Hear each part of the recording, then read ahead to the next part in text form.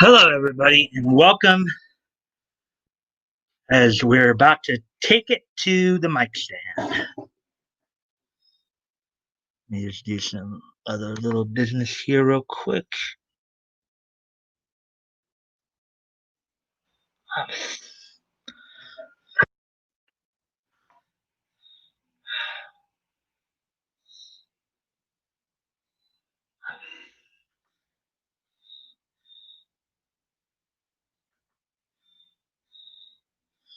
Okay, so with that out of the way, there. So,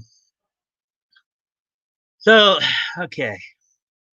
So the first thing I'm going to talk about today on the mic stand is a report that Yellow Flash did earlier today. Um, a report, basically in regards to an article from Comic Book Review on on Marvel Comics Captain Marvel. Um, Excuse me a moment here.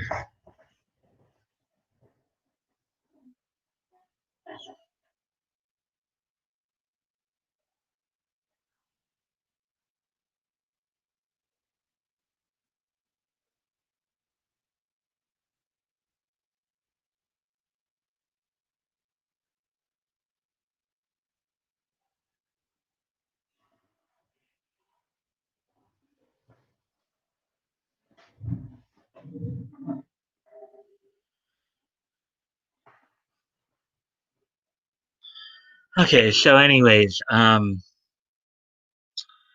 so basically, Yellow Flash did a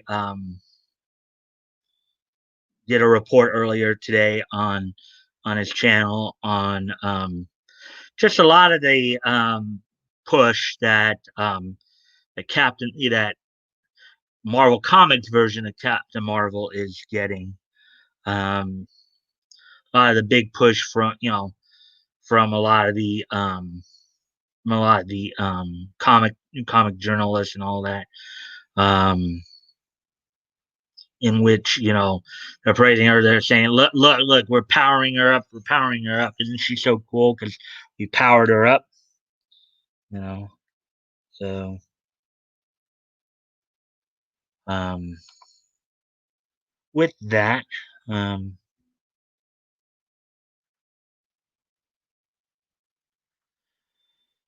so they were, and he was talking about it, how they were like really kind of hyping her up. I guess there are some journalists out there who really are really trying to hyping her up. The whole, and as we know, with like Brie Larson, her portrayal of Captain Marvel in the MCU, or in the in the Marvel Comics cinematic universe. They've been trying to push the whole pro feminist agenda and all that. So they talk about all the how she's powering up, powering up, powering up. Why she's really the biggest baddest Avenger out there. Um, so um, so yeah, that's basically what a lot of what Yellow Flash was talking about with his in his video today.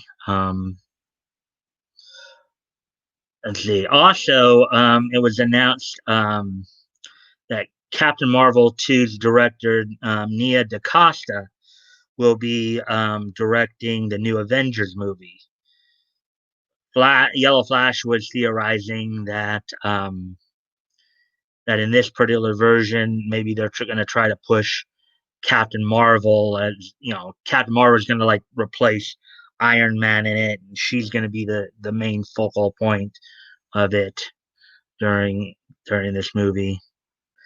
Now, now with what Yellow Flash was saying, is Nia DaCosta is a big comic book fan and all that, so she's big on, I think, continuity. So it's just a kind of a wait and see idea as to how all this is going to go down.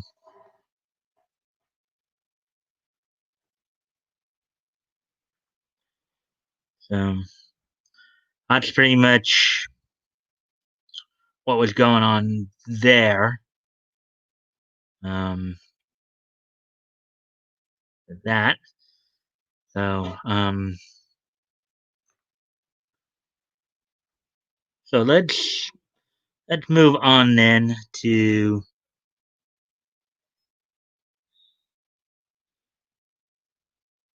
let's move on then to um, let's see, what else can I say about. Yeah, I think I said everything I can about the Captain Marvel story, so I guess that didn't take me as long as as I normally would have taken with it. Um, so now let's move on to the next story that I wanted to cover tonight. Let's see.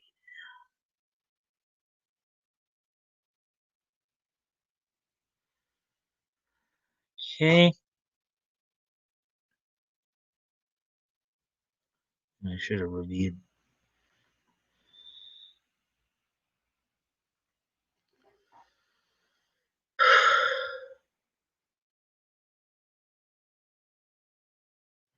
Okay, keep your hands off Izokin, mangaka, because the manga artist responds to critics after he's attacked for following Lolly art account. Okay, so I know Hero Haig did a story on this, did a video or two on this. Um, yeah, so here we go then.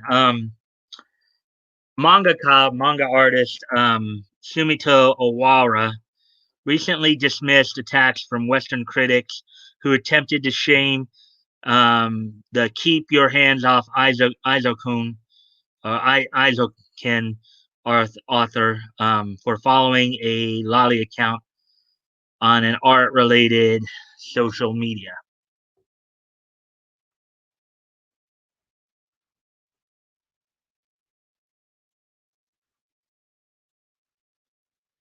Um,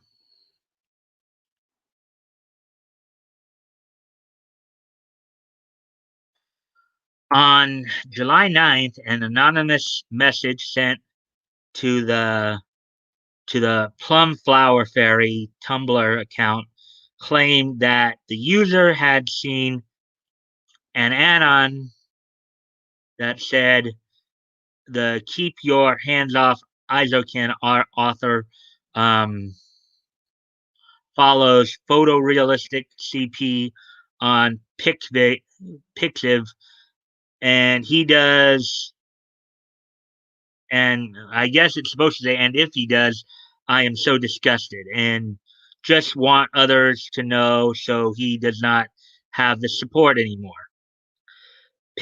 So there we go, cancel culture again. Pixiv is a Japanese website which provides a community for artists of various practices, from drawing to writing, um,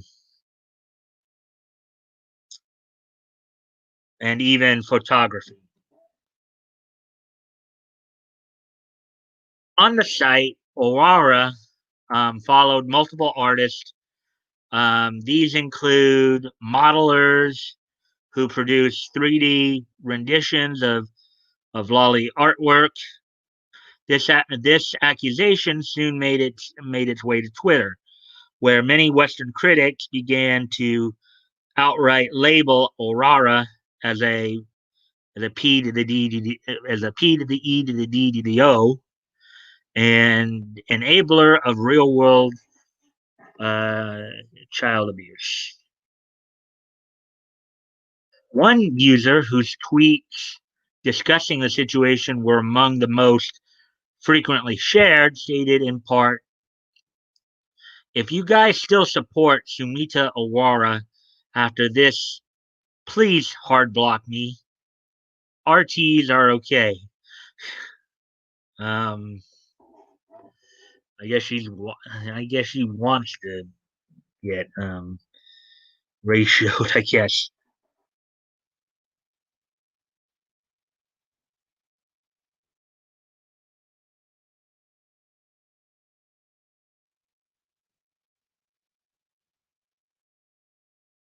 Anyways,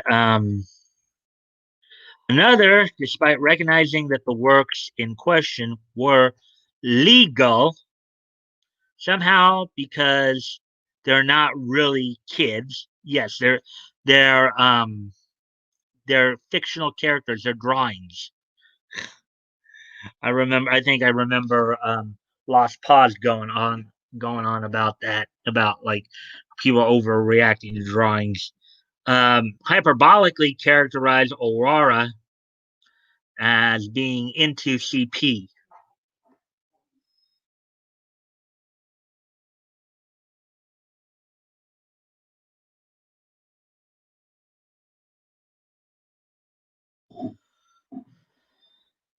User Mugen Dio took it another step further with their accusations. In their statement, they said Izoken's artist was found looking at some insanely bleeped up bleep. There is nothing I wouldn't give for people to stop pursuing children, man. Except these are not actual children, these are just simply drawings. Another user questioned if they could still watch Izoken. They even noted they'd get the series through non legit means in order to hurt the creator. Holy bleep, that's disgusting. Can I still watch Izoken? I really like the series, and I have no idea what that little TT means. Um, I just won't get the manga or support him financially, but is watching the show still okay?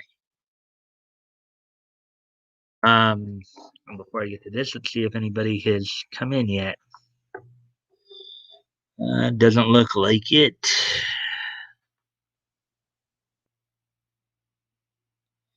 Yeah, still doesn't look like it. Oh boy.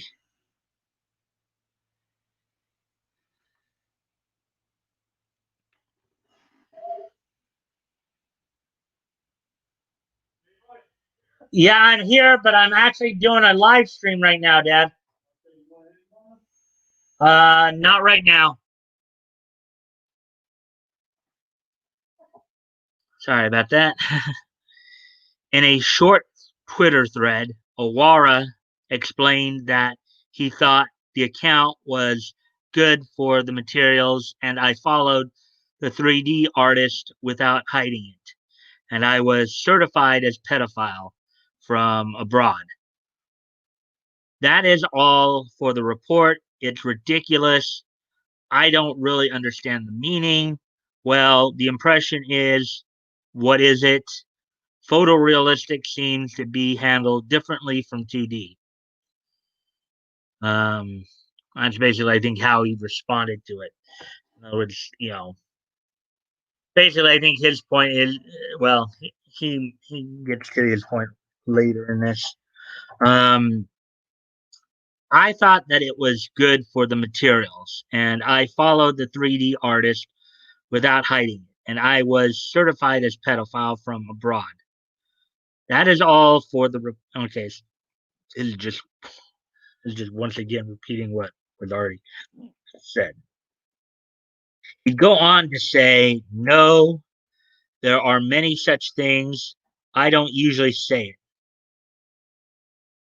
Continuing on, Owara followed with, "I know that this kind of thing is followed by a flow like, how do you explain this? I can't escape, but I can only say I don't know."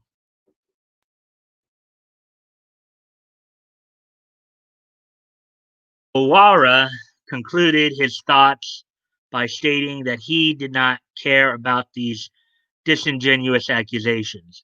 I don't care. To be honest, there is also an impression that if you think that you are following a certain erotic manga artist, then that's what you do.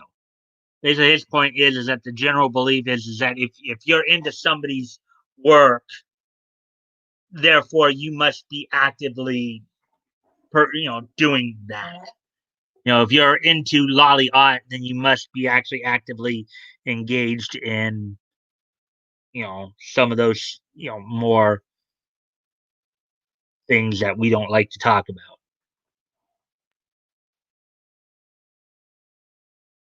YouTuber Hero Hey commented on the situation saying, "Listen, I cannot like the kind of art that he might be into, but I can still absolutely appreciate his response back to people being all outraged on Twitter. That's hilarious to see, very entertaining." And he did. I know that I saw this video as well that he did on that. Um, I remember, he was just more taken aback by all the outrage and all the overreaction to this, just because the guy happened to follow the work of somebody who does what they call lolly art. For those of you who don't know, lolly art, as I understand it, is basically um, you draw young girls in cute little outfits, like maybe a cute little maid outfit or what have you. Um, so I think the whole idea of a lolly is cute little girl. So keep your hands off. Isokin is currently being published in monthly Big Comic Spirits. A feature film adaptation of the series is set for release on September 25th, 2020. What do you think of Aurara's pushback? Okay, so switch over to the other story here that I was going to follow today on here.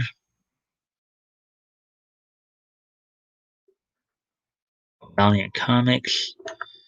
Before I do that, let's see if anybody has shown up.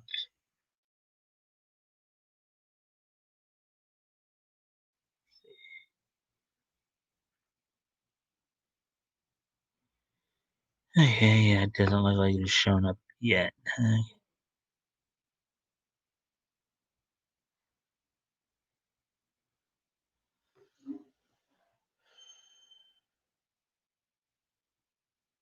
And we went through this kind of quick.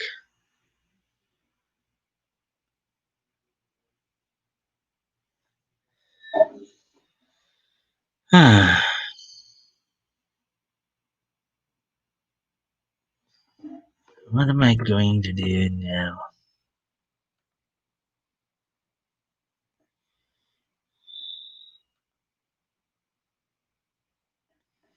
Let me see now. So,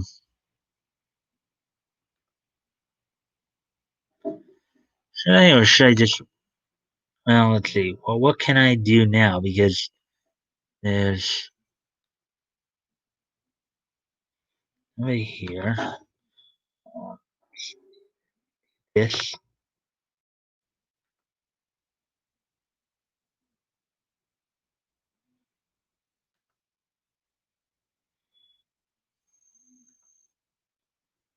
That might people.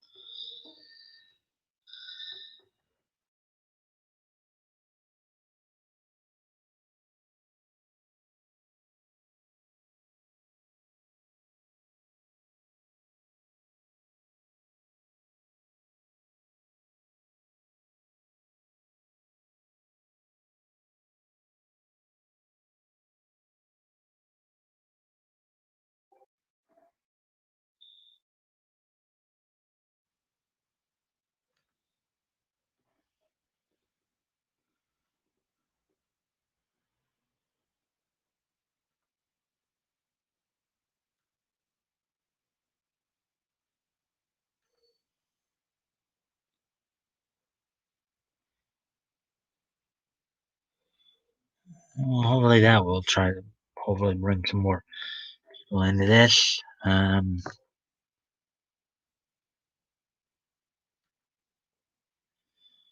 Yeah. Yes.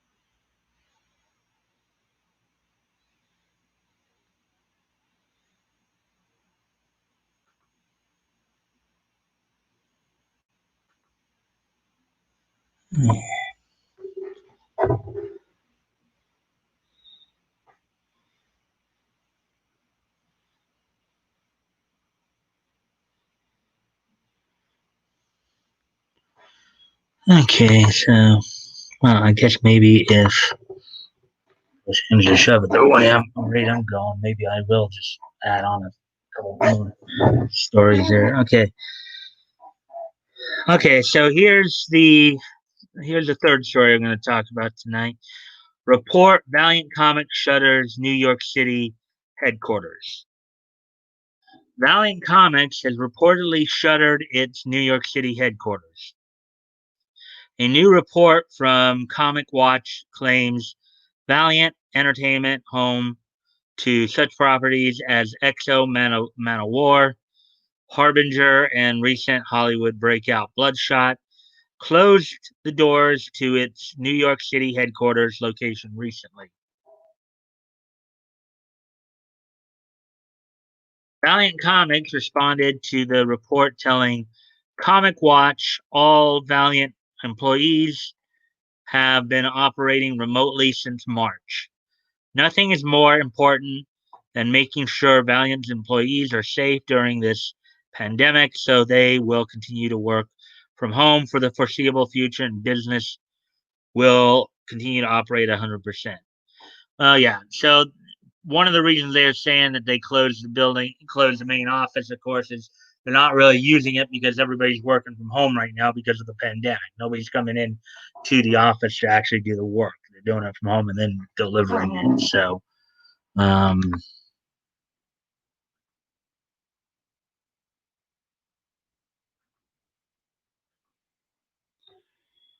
okay. So, Flying Sparks creator John Del Rose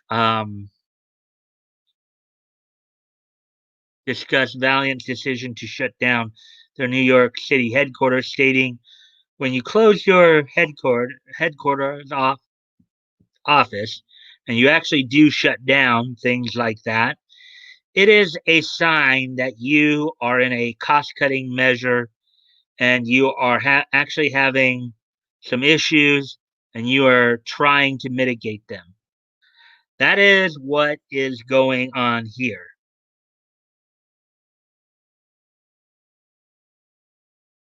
Bill Rose added, "I've kind of given an analysis over the last couple of years where Valiant has really tanked in sales.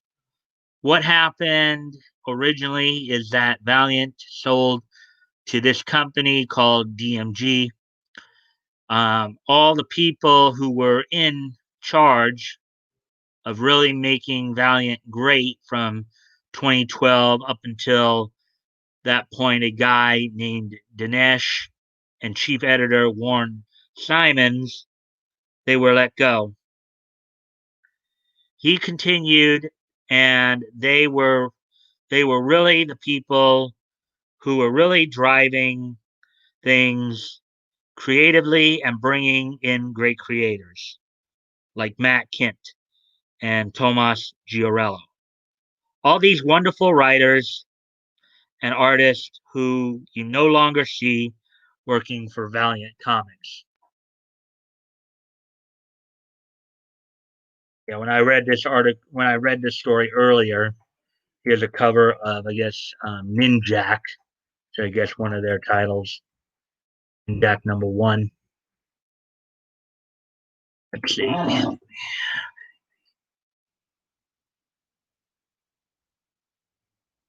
Well, somebody came in and so it looked like somebody's here because I got another like. Oh, hello. And I wish you had stuck around to check out some of this stuff. But thank you for the like, whoever came in and gave me a like. Um,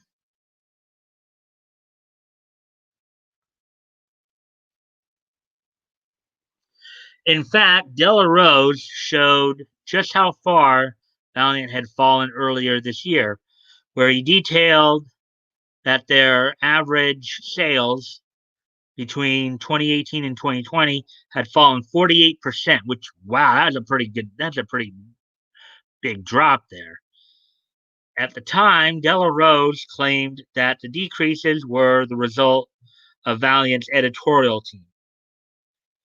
He wrote in March, you look at their editorial across the board, and it's people who are promoting political ideology over great content that the fans want, which is what happens when the core business gets replaced with a company that cares more about holding onto movie IPs than they do producing an excellent comic line. Does that sound familiar to anybody?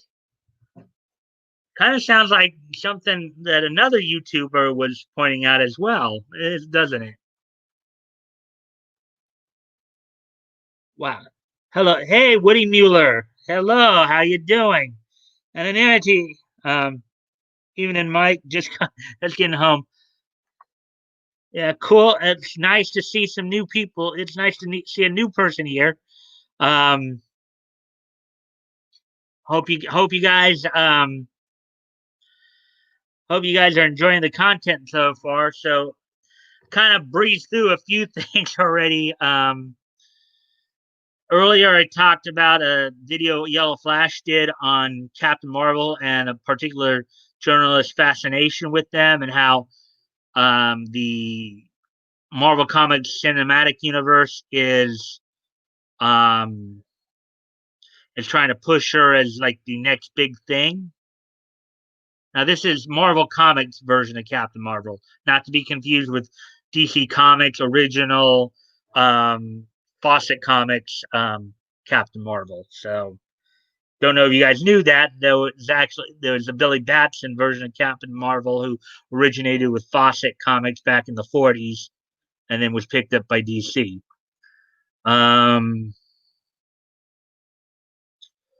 Also,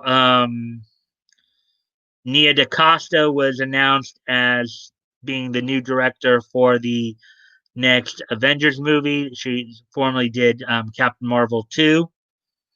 Also, one story I did earlier tonight was the one on Somito Oraru getting backlash for apparently liking lolly art. So I read it through that and touched upon that as well. So hopefully, hopefully now you guys are all caught up. But that right now we're going through this. So Valiant right now is going through a situation where they had to close their main office, partly due to the pandemic going on right now. Just going through the article here. Um, so I'll continue on then. And feel free to comment. I usually will reply to you real quick, as quickly as I can. So if I see it. So Thank you. Going to be making food for a bit. Okay. Well, as long as I know you're there, that's the big thing. Okay, so hopefully though you hopefully I got y'all caught up with all that though anonymity. Um, so so then here we go back to it. Let's see. No, I already read that part. So the higher ups don't understand comics and aren't interested, so they bring in names. Um, so they bring in names like Antos. Sound familiar? To direct without really checking on what made the books great in the first place, he added.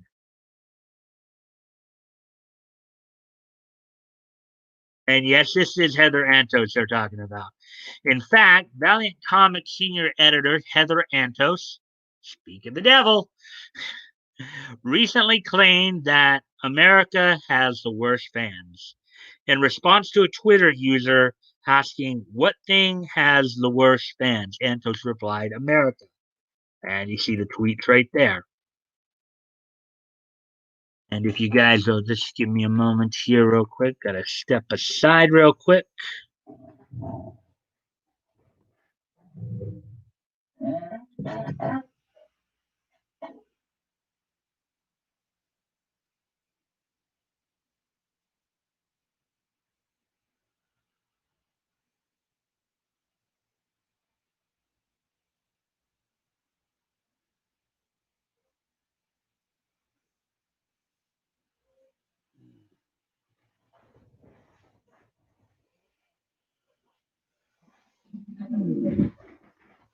Gotta just turn on my light here. Just a moment there.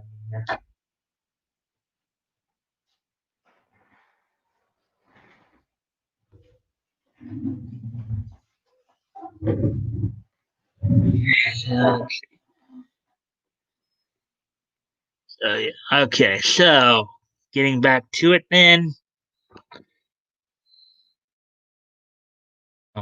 Antos would double down, stating, "What can I say? The worst fans." And then here's the tweet that went with. You're currently in second place behind my friend who said JC for best answer. The replies to you are real bad though. And then her response was, "Well, what can I say? We're fans." Um, Not only does Anto seem more concerned about her own political ideology rather than Valiant Comics and comic books in general, but since she joined Valiant Comics, the sales across the board tanked, which just goes to show you the saying we've been saying a lot for the last couple of years, right? Get woke, go broke. As Bounding into Comics reported back in March, Antos joined Valiant Comics in January 2019. The year before she joined Valiant Comics, shipped a total of 61,448 copies over 7 titles in January 2018. They shipped an average of 8,778 copies per title. That sounds pretty good, doesn't it? In January 2019, they shipped a total of 27,451 copies over 5 titles. That's an average of 5,490 copies per title. She's there a month and they drop off almost 3,500 titles. Okay. I guess the exact number would, I'm sorry, on average, it dropped on average close to 3,500. So let's see. 16, 6, okay, so 6 minus. So yeah, that'd be 3,288 titles on average that they dropped over 3,000. That's quite a tank right there. You know, Um, that's quite a tank when you think about it. So, is Heather Antos good for business? Probably not. Let's see. More recently, in January 2020, Valiant shipped 32,024 copies over six. Now, of course, the total number went up a bit, but that's also in part due to the fact that the title count went up. So they went from 7 titles in 2018 down to 5 in 2019, and back up to 6 in 2020. Valiant ship. Okay, so we read that 32,024.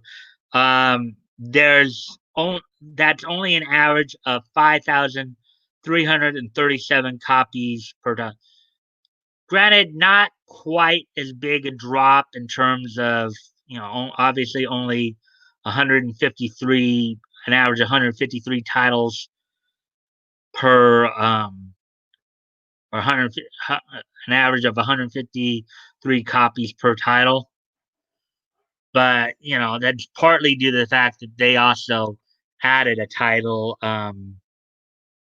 We have a fourth person in here. Hello.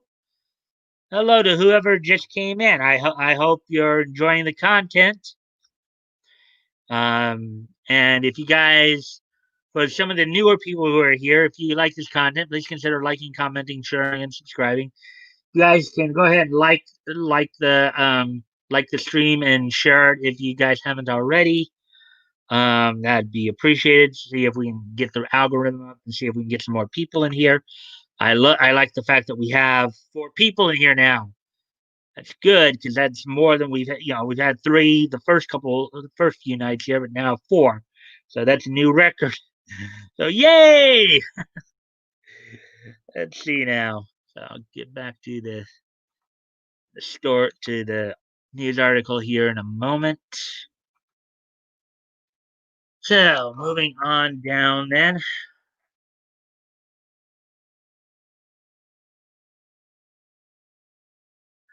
As Della Rose noted, sales to retailers from January 2018 to January 2020 decreased by nearly 48%. So pretty close to almost half.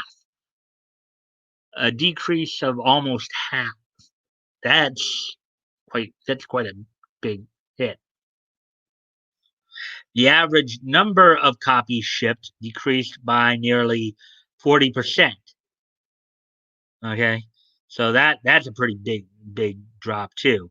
While Valiant claims the closing of their headquarters is business as usual, one has to wonder, as Della Rose does, if it isn't another sign of Valiant's struggling publishing arm. Yeah, I think Valiant's problems could be a combination of a couple things. It could be the effects of the pandemic, as some of the higher ups trying to push the more woke agendas. Um, Gotta start somewhere. Let's see. Young. Okay, I guess I'm gonna shrink this down again and get this up. Okay. You goths, whatever that's supposed to be. And then gotta start somewhere. Yes, Woody Miller, you do have to start somewhere. I guess we lost that fourth person. Uh, Anyways,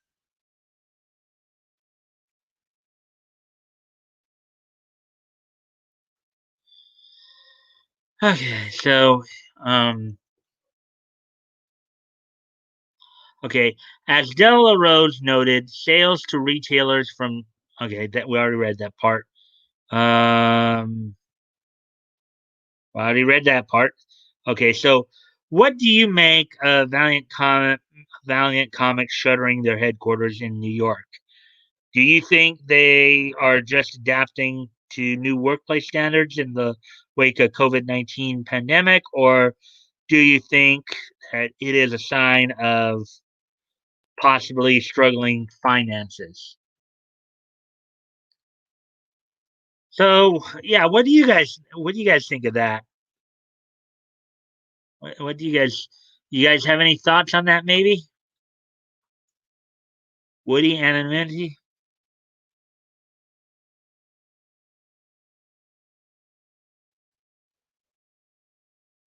maybe both. Yeah, That's kind of what I was thinking too. That's kind of what I was thinking as well. There.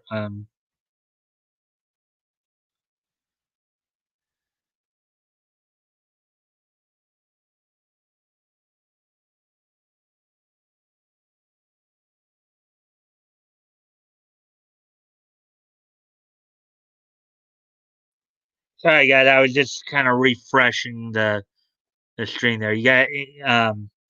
I'm still here, right? You guys got me. You guys got me here.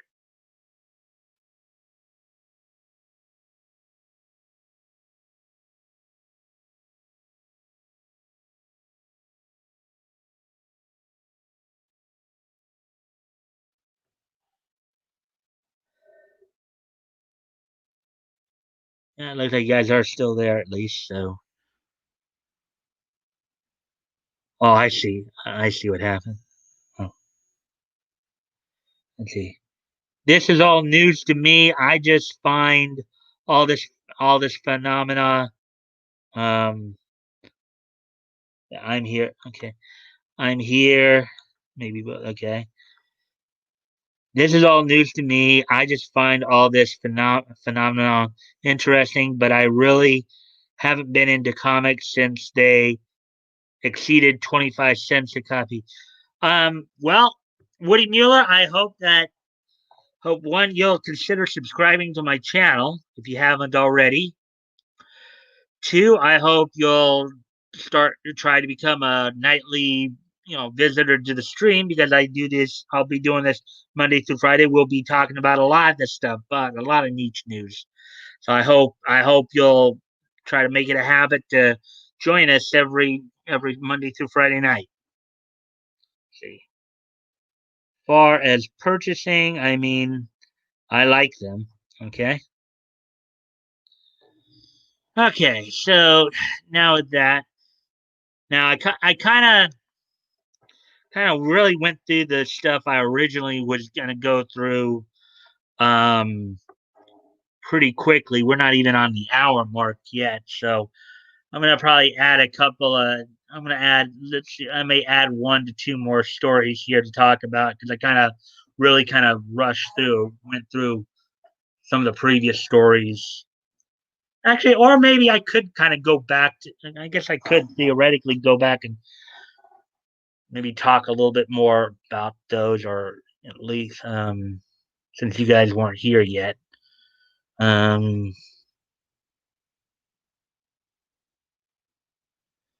let's see. Well, no, because I did give you guys kind of the synopsis of what I talked about. You could always go back and watch it again if you guys would like.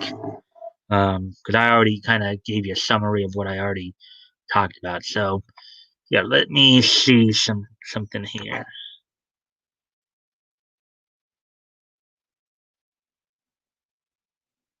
Okay, here's another thing right here that maybe look at.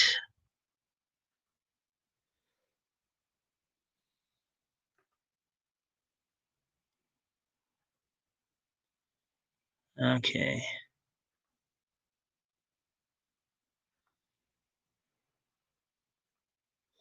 Okay, so I wasn't sure if I was going to cover too much more because but I didn't even realize I would have gotten through the stuff fast. So um we're not even an hour yet.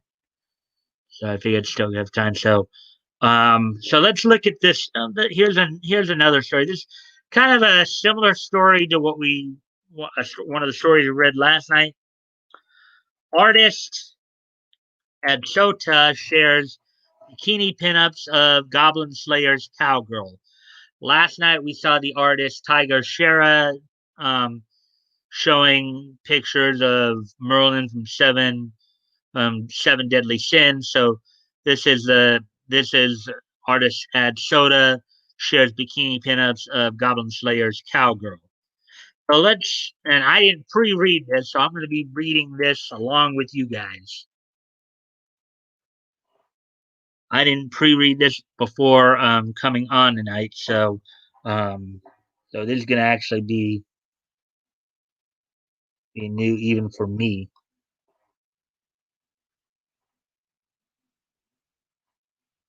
Okay, so that was. Give me 1 second.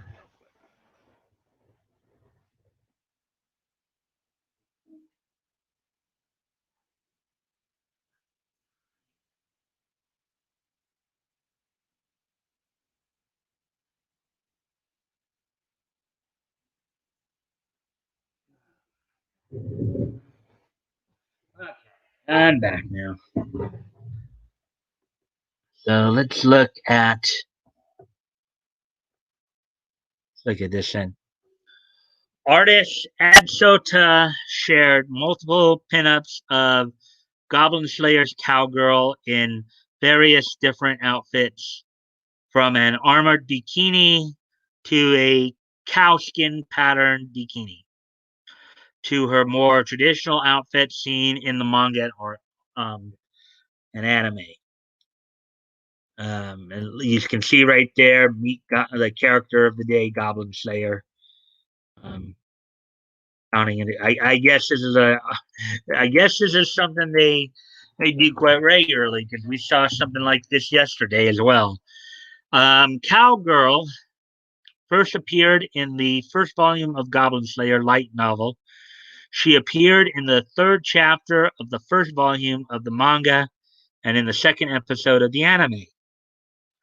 She is a childhood friend of Goblin Slayer and a farmhand on her uncle's farm. Her uncle took her in after her family was brutally slaughtered by goblins when she was young. She and Goblin Slayer were the only survivors of the attack.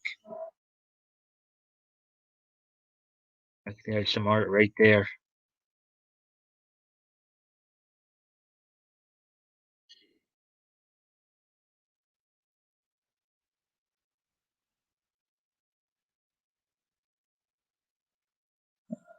Okay, apparently there is.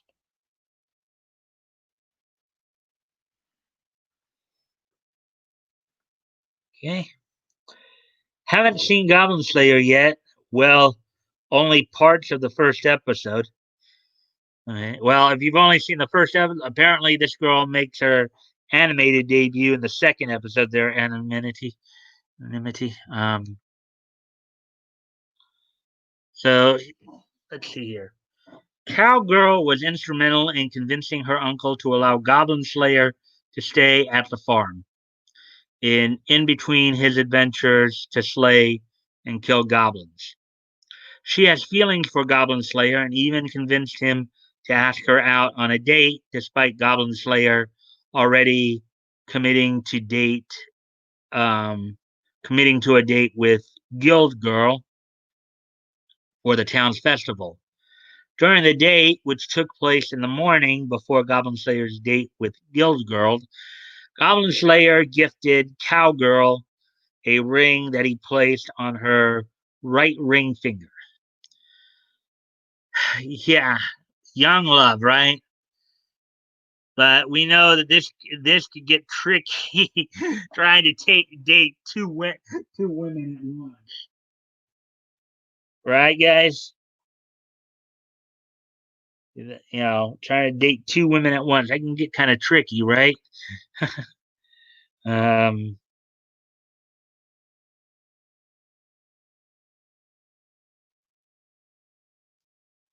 okay, so moving on then here. Um, Cowgirl also attempted to tell Goblin Slayer that they were the first and true loves of each other using the blooming of fragrant olives. However, Goblin Slayer would reject this approach, but Cowgirl still believed they fit perfectly. As for Cowgirl's appearance, she is typically seen with red colored eyes and red short hair.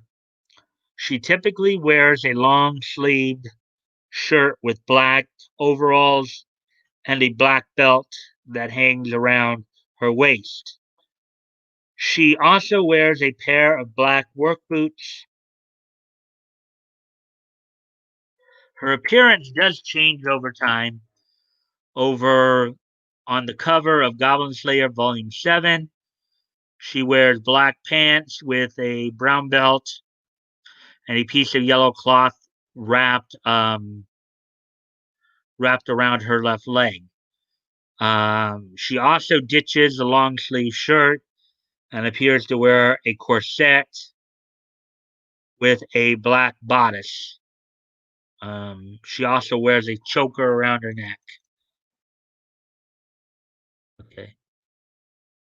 So this, I guess, is what they're talking about here, possibly.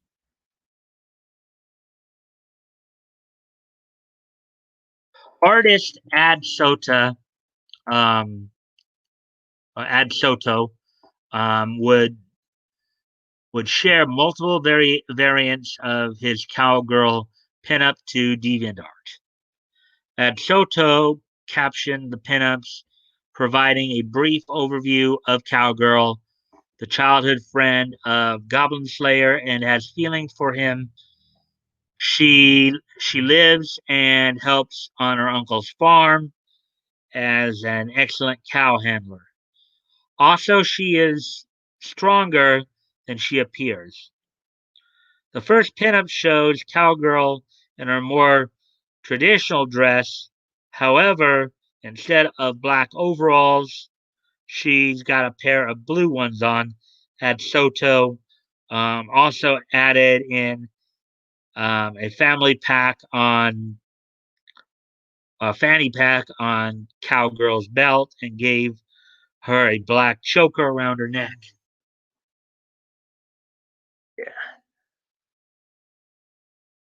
And Woody Mueller, you can, if you want, you can go back to yesterday to, yeah, you can go and look back over yesterday's stream if you want to look up more of, what we were following yesterday, because um, we were talking about we were talking about Merlin of Seven Deadly Sins yesterday.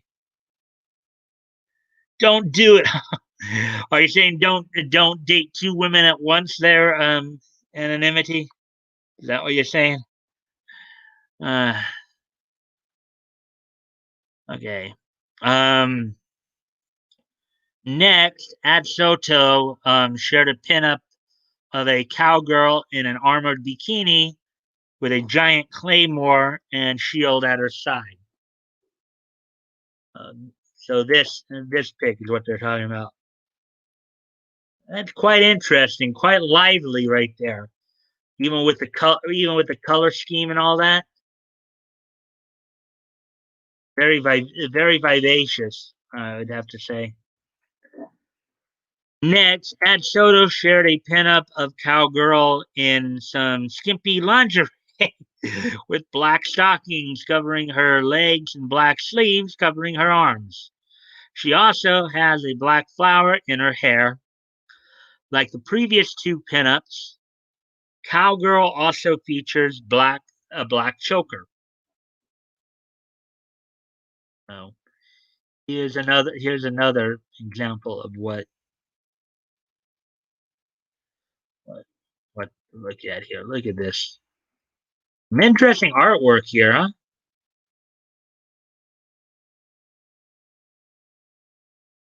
Let's see. Looks like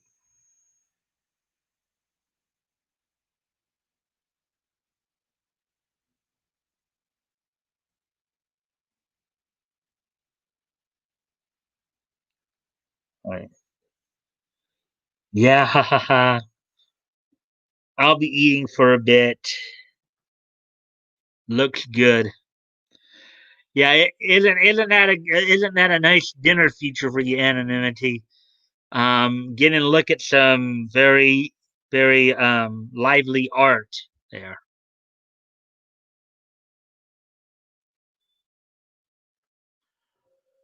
Finally, Ed Soto shared a pinup that gives Cowgirl a very cow-like appearance. In her hair are a pair of horns.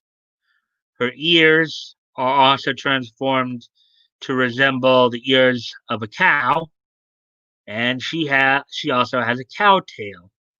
The choker is replaced by a collar that has a cowbell attached to it. Of course, you try to turn somebody into a cow or a cow human hybrid, and of course you're gonna give them a cowbell. Cowgirl also wears a cowskin bikini with cowskin stockings and sleeves. Well, let's take a look at it. Oh man, are they sure they're trying to have her as a cow, and not maybe as a bull? Those horns seem a little large to be a cow's horns, but that's just my vantage point. Look at that! Whoa. Um, you can support Ad Soto on Patreon, where the Spanish artist has multiple tiers of backers. What do you make of Ad Soto's pinups of Goblin Slayer's Cowgirl? Which one is your favorite?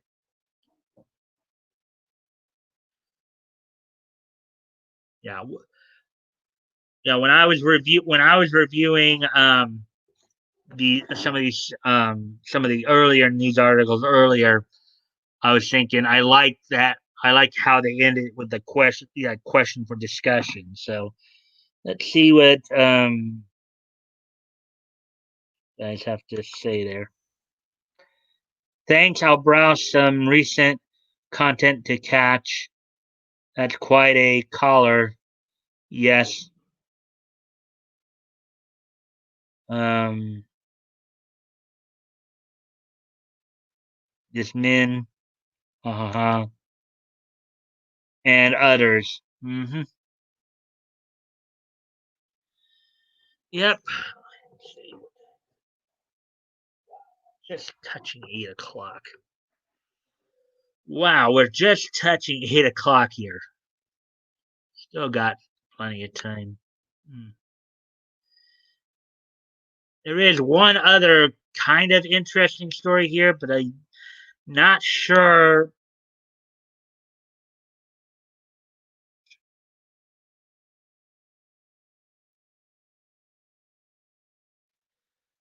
Now I know Hero Hate covers some of this. Um, how they're trying to do a lot of these progressive ships. I'm not. That's not one of my things. I don't know. I don't know if it's one of your guys' things, um, but that's pretty much most. That's pretty much more or less the. Let's see, I think it's more or less all the content that's on here that I pretty much have covered already. Um. So yeah. So this.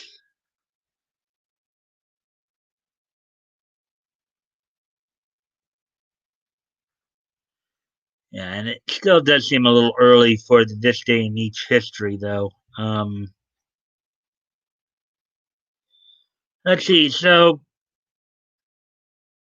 are there any like stories or anything that you guys you'll want to talk about, or is there anything that you guys want to bring up? Maybe something you heard, or want to talk about your favorite, your favorite anime or cartoon or comic or whatever. Kind of breezed through some stuff earlier, so um,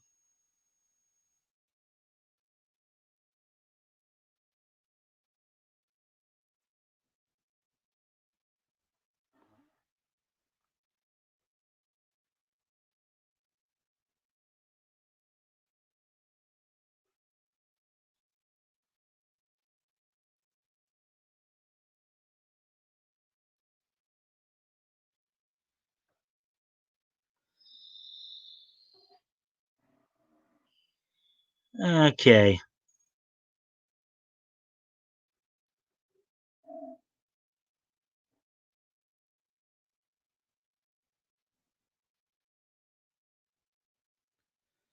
All right. Well, let's see. Well, maybe since you guys weren't here earlier, maybe I will. Oh, okay. It looks like. And then I'm just chilling, eating tacos. Okay. Maybe I will go back to at least one of the other stories that I did then, because since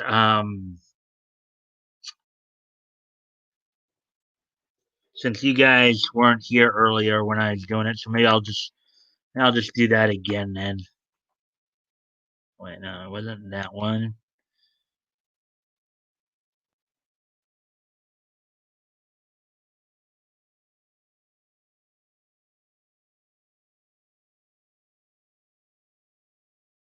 Yeah, that was the story. So I'll do this again since you guys weren't here earlier. Um, so okay, so let's see, let's get that back up. And I know I gave giving you guys giving you guys some of the updates on what I was covering here. I figure I might as well just go ahead and go back to some of this that way. So that way you get the full scope of it. Okay, so keep your hands off Aizokin mangaka or manga artist responds to critics after he's attacked for following lowly art on or following lowly art account. Now this is a story I know that Hirohei followed quite a bit, and he'll be mentioned in this article as well. So here we go. Manga artist Sumito Aurora recently dismissed attacks from Western critics who attempted to shame the "Keep Your Hands Off" Izokin author for following a lowly artist on art related social media.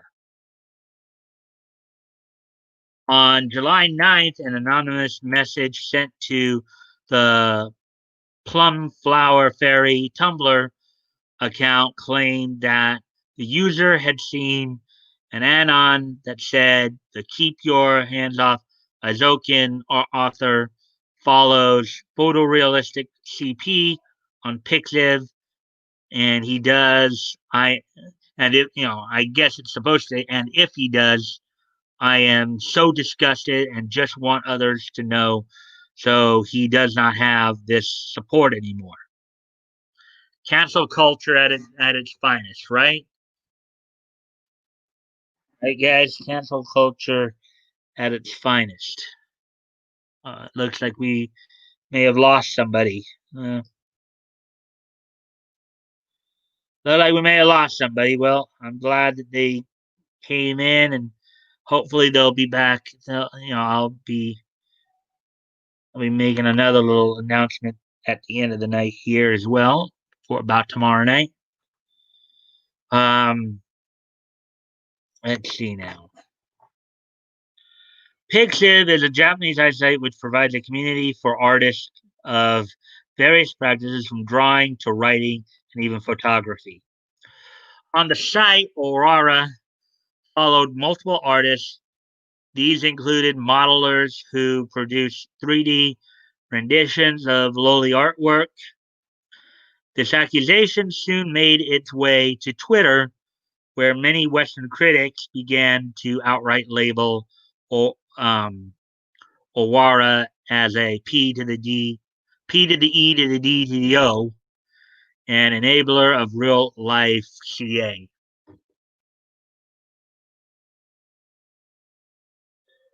One user whose tweets discussing the situation were among the most frequently shared stated in part, "If you guys still support Sumito Owara after this, please hard block me." RTS meaning retweets. Retweets are okay. So this person apparently wants to be wants to be ratioed, I guess. She goes by the name Tutti, as in Tutti Frutti, I guess. Tutti Frutti, oh Rudy. Tutti Frutti, oh Rudy. Yeah, Tutti Frutti.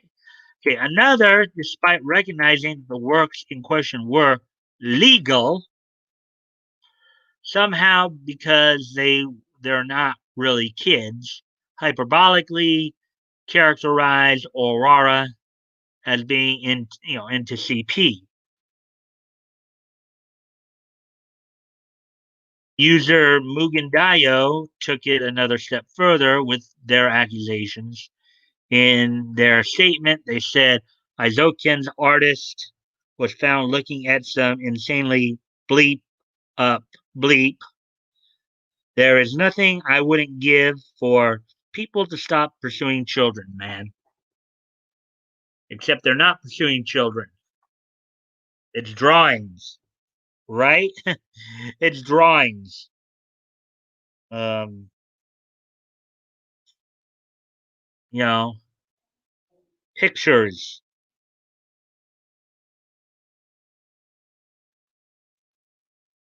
You know,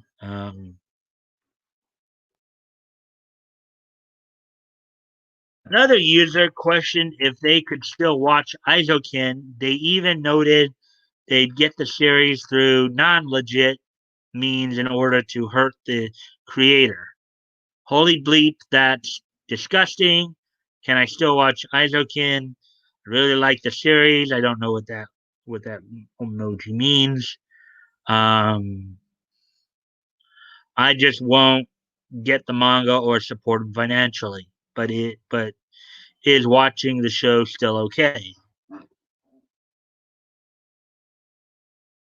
After some time, the Western backlash against Aurora grew quickly. This led to the manga artist taking to his personal Twitter account in order to respond to his critics. In a short Twitter thread, Aurora explained that he thought the account was good for the materials, and I followed that 3D artist without hiding it. And I was certified as a pedophile from abroad. That is all for the report. It's ridiculous. I don't even really understand the meaning. Um, let's see. Well, the impression is, what is it? Photorealistic seems to be handled differently from 2D. But basically, what he's saying is he just liked the art. Doesn't mean that he does what they're trying to say he does. Um, you know, that's basically what it's coming down to. Um, let's see. He'd go on to say, "No, there are many such things. I don't usually say it." Continuing on, Owara followed with, "I know that this is kind of thing is followed by a flow like, how do you explain this? I can't explain, but I can only say I don't know." Little gruff with the translation there. Aurora concluded his thoughts by stating that he did not care about these disingenuous accusations. "I don't care, to be honest. There is also an impression that if you think that you are following a certain erotic manga artist, then that's what you do," which is the point I was making earlier. The point I was making. YouTuber Hero Hey commented on the situation saying, "Listen, I cannot like the kind of art that he might be into, but I can still absolutely appreciate his response back to people being all outraged on Twitter. That's hilarious to see, very entertaining." which is a good point. Not everybody's taste is going to be the same. But when people react the way they do here, it's kind of like, um,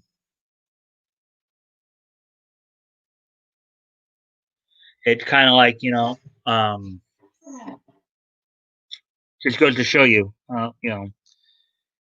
Keep Your Hands Off Aizokin is currently being published in monthly big comic Spirits. A feature film adaptation of the series is set for release on September 25th, 2020. What do you think of Aurора's pushback?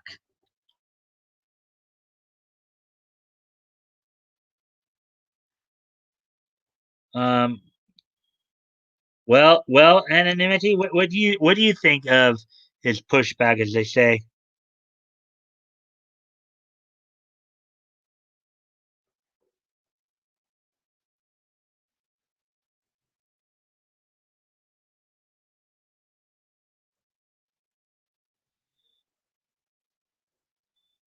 And looks like we're missing Batgoat and Gelf tonight again.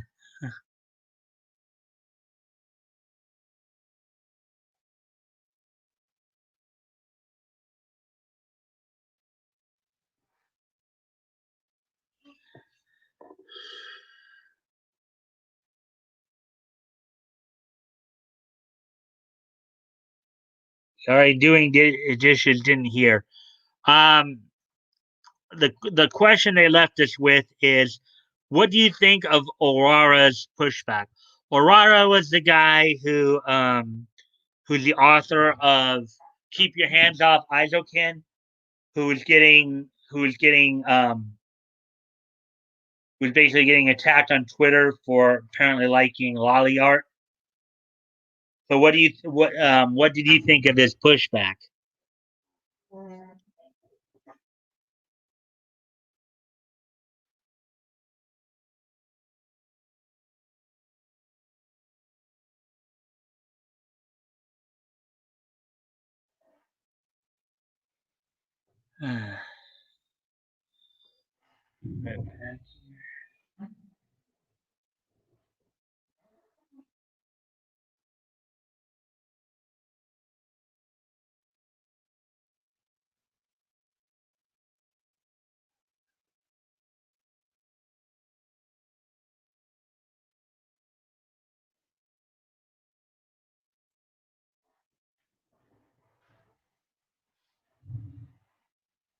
Hold on.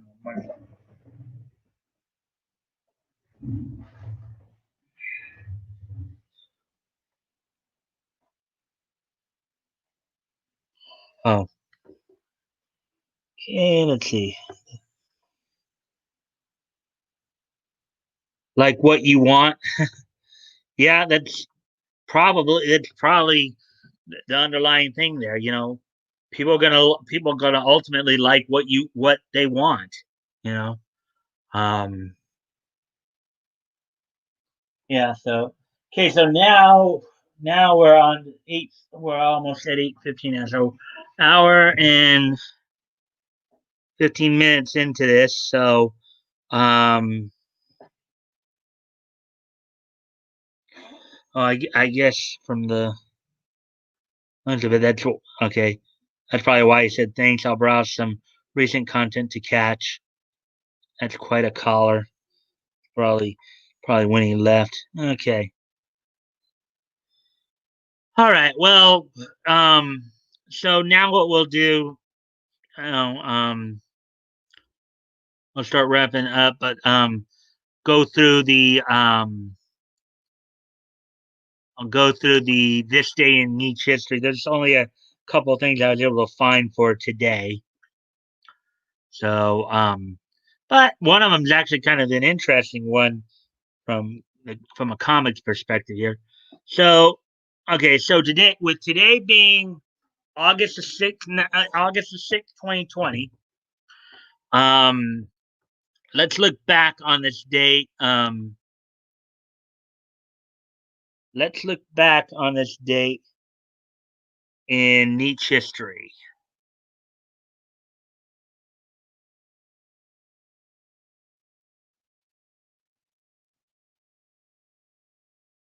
Okay.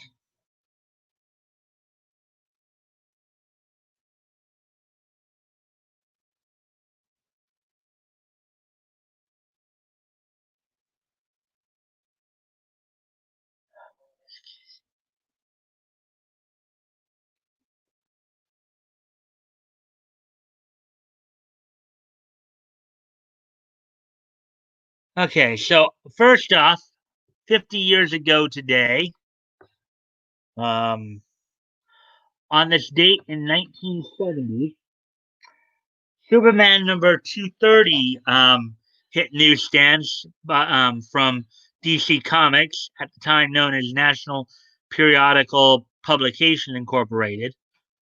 Um, in this story, it was Killer Kent versus Super Luthor. This is one of those imaginary stories that they would use as part of the multiverse arcs. So this happened, of course, through Earth One.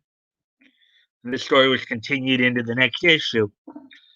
But in this story, in this imaginary story, Lex L is the son of Jor-El and Lara on Krypton. Lara is killed by one of Jor-El's inventions. He blames Krypton itself to gain his revenge. Jor-El destroys Krypton.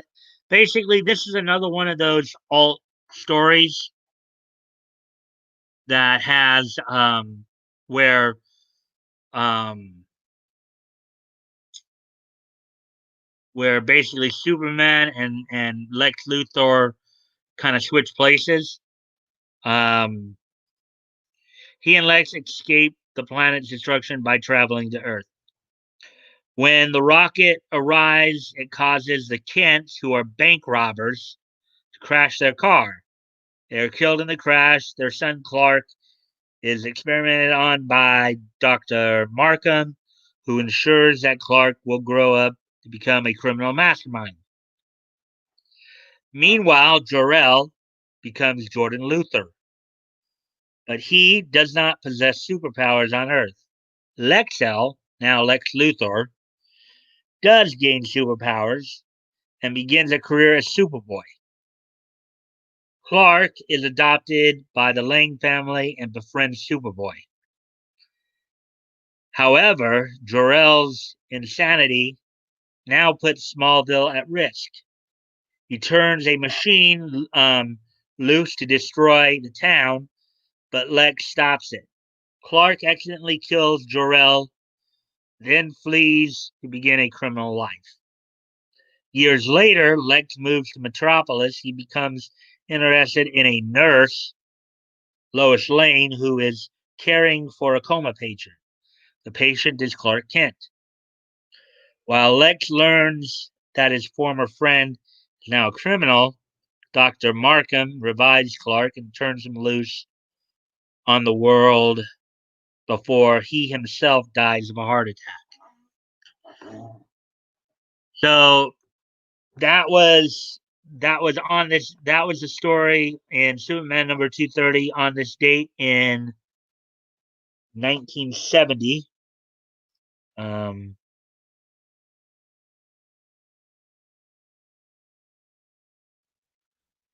and and now to the next piece of this day in history. On this date in 2005, which was 15 years ago today, there were two title changes that happened on this date. First off, Sal Rinauro and Spanky. Most fans would know Spanky better from his time in the WWE as the Brian Kendrick. Defeated Eddie Vegas and Jimmy Rave um, to win the FIP World Tag Team Championship. Also on this date in 2005, Kevin Steen, who most fans would know as Kevin Owens from the WWE, would defeat AJ Styles to win the Pro Wrestling Guerrilla World Championship. So those two titles changed hands on this date in 2005. And it kind of goes back to what I was mentioning before about the idea that the guys just don't pop up in like WWE or WCW or whatever, like out of thin air, like without having had some prior, wrestling experience.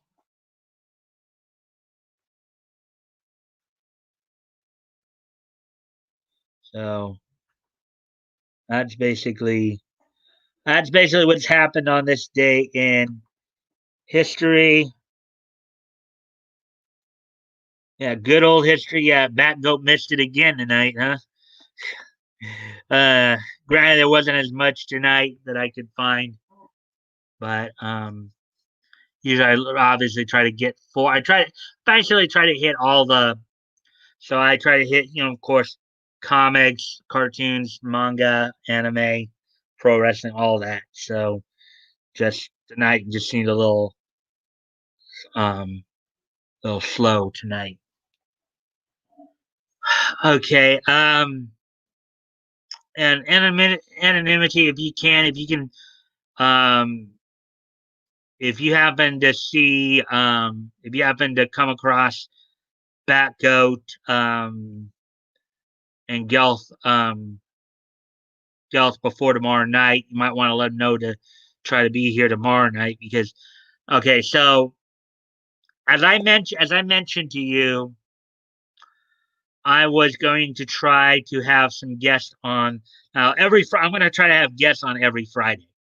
Okay, I did. I was hoping to get some guests on for tomorrow, but it looks like I won't be able to have guests on it. The guest I wanted to try to have for tomorrow, one hasn't even replied back to me.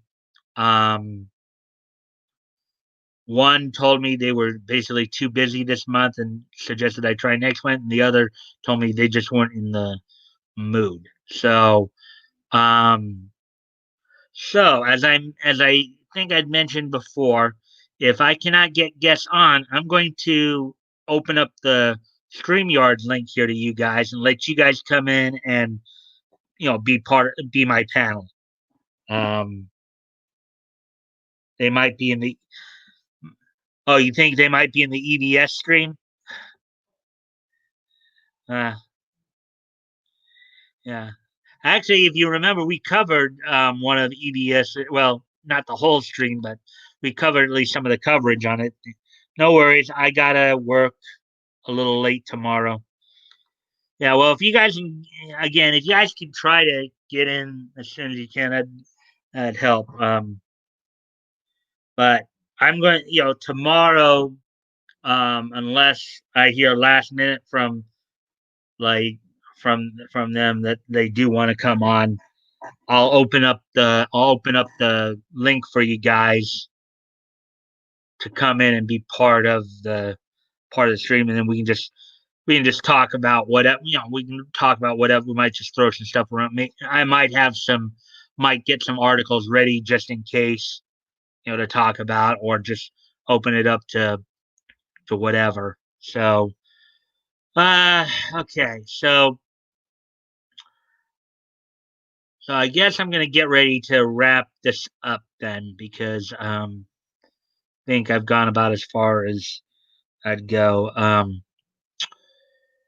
So you can always contact me on my page's discussion page if you want to leave me a comment, if you leave me a message or something like that on it, or if you have Discord, you can check that out as well.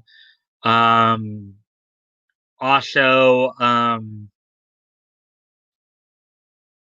also, as you notice, I have a bunch of you know dub companies that I'm still promoting. If you want to check out their work, you can go check out those sites those links that I have down there.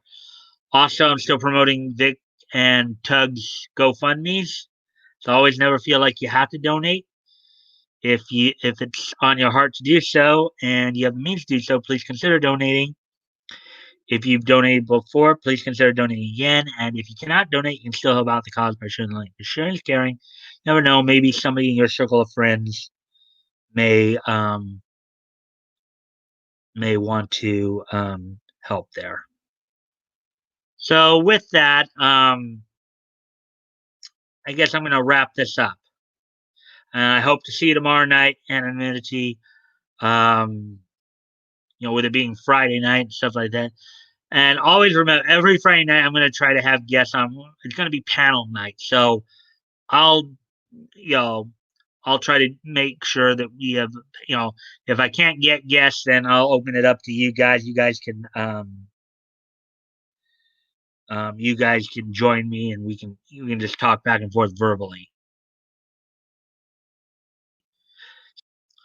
So I will see you tomorrow then, anonymity. I am going to go ahead and close this out. So night.